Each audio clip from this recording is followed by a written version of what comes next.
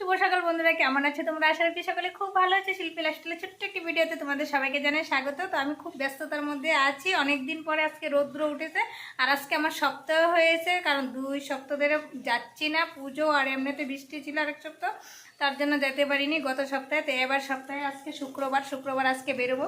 তো সকাল থেকে কাজ করে কি রান্না করব এই করতে করতে বেলা হয়ে যায়।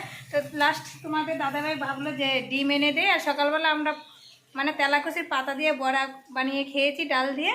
আর এবার দুপুরের জন্য ডিম রান্না করতেছি। আর ডিম কিন্তু আস্তই সিদ্ধ করেছি, কিন্তু আস্তা রান্না করবো না, তোমাদের দাদাভাইয়ের পছন্দ নয়।